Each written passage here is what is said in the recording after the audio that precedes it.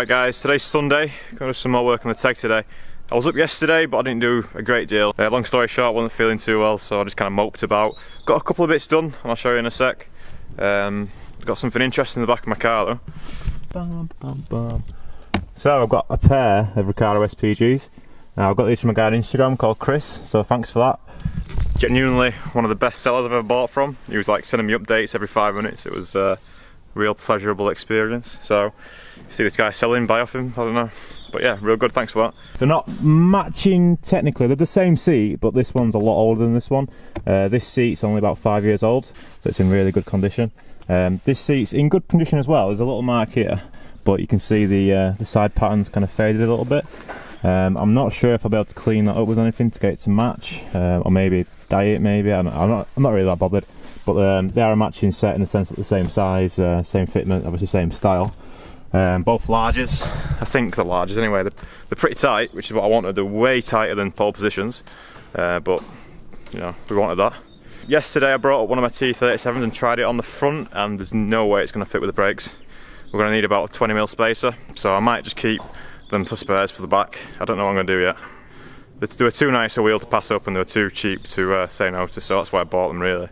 Right, so I didn't charge the battery on this and I didn't bring any spares with me. I was a bit slack this morning because I actually got up on time this morning. I got up at 6:30 and you know, I'm here nice and early. But that means that we're currently on 2 bars, which in reality probably means about 30% of battery, so it might die and I might have to video on my phone or something like that later on, but we'll see. This car is Alex's car, who's in there. This is starting a K-swap today, so it's currently a B16 engine. If you recognise the car, Pete used to own it. So yeah, they're starting on the K-swap today, so I think they're going to start pulling the engine out. Right, it's a really bad lie, but started on the braided brake lines. So the line that's coming into the bias valve here, now it wants to go to a T-piece around here, but this is the length that we've got, so it's like 3 times as long as what it needs to be. I might have to get that one remade by Tegiwa, but we'll see.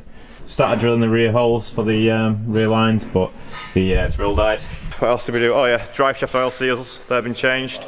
So we've got 2 genuine Honda drive shaft seals from Tegiwa. They went in yesterday, they're really easy to do.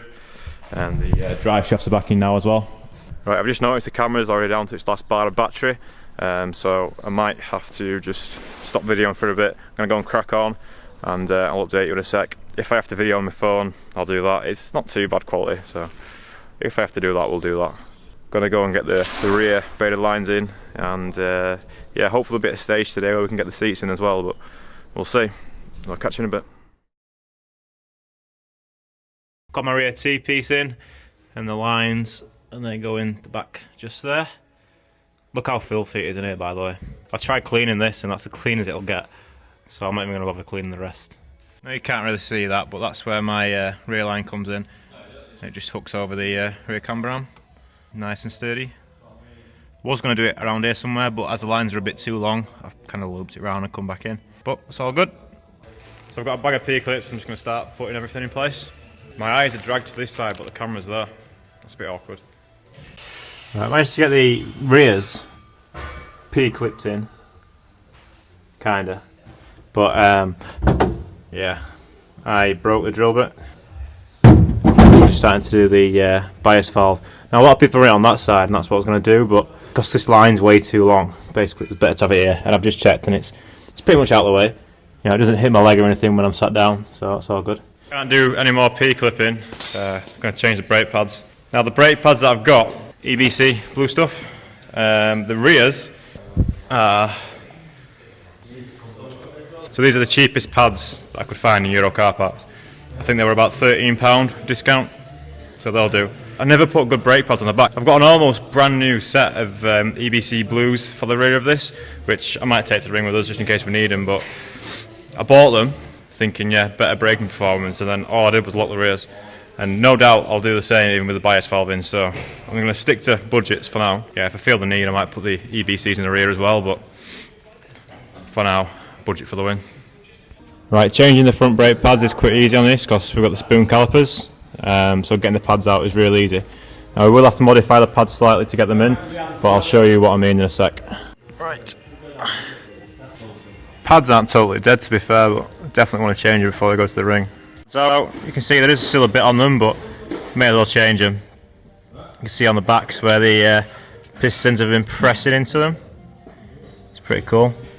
Now, like I said, before we can put the new one in, we do need to change them slightly. And if you notice, these are completely flat backs. Unfortunately, the EBCs aren't. Yeah, so on the back of the pads, they have two little like metal points at the back. Only small things, but you can't actually get them past the pistons without grinding them off, which is a bit crap. But I think it's because the EBCs always have like OEM size pad levels, and sometimes the aftermarket pads don't come with quite as much pad material as OEM. But I don't know, whenever I've fitted these I've had to grind them back. They only have it on one side though, so obviously this side's not been ground back. Once I prise this one in, watch, the other one will come out. So I need to undo the bleed nipple, and then that should allow the fluid to come out. Obviously get a rag ready, because I don't want to kill these fresh spoons. These are only about a year old, look at them. Right, that's the brakes in. Just chuck some water over them to dissolve the brake fluid that I spilled. Obviously should have got a bit of tube out on that, but I just couldn't be bothered. Don't cry. These guys have been pretty busy. Got the engine out of the EK, ready for its K-swap. Right, interesting discovery on these rear pads. Boring. It's not boring, it's interesting. So that's what my, so it was pretty low, as you can see, but it looks like, even though I've took apart my sliders and re-greased them and done everything, and Freddie did it again just last year, down at Stretton, looks like I've still got slider problems. It's a good job of changing them.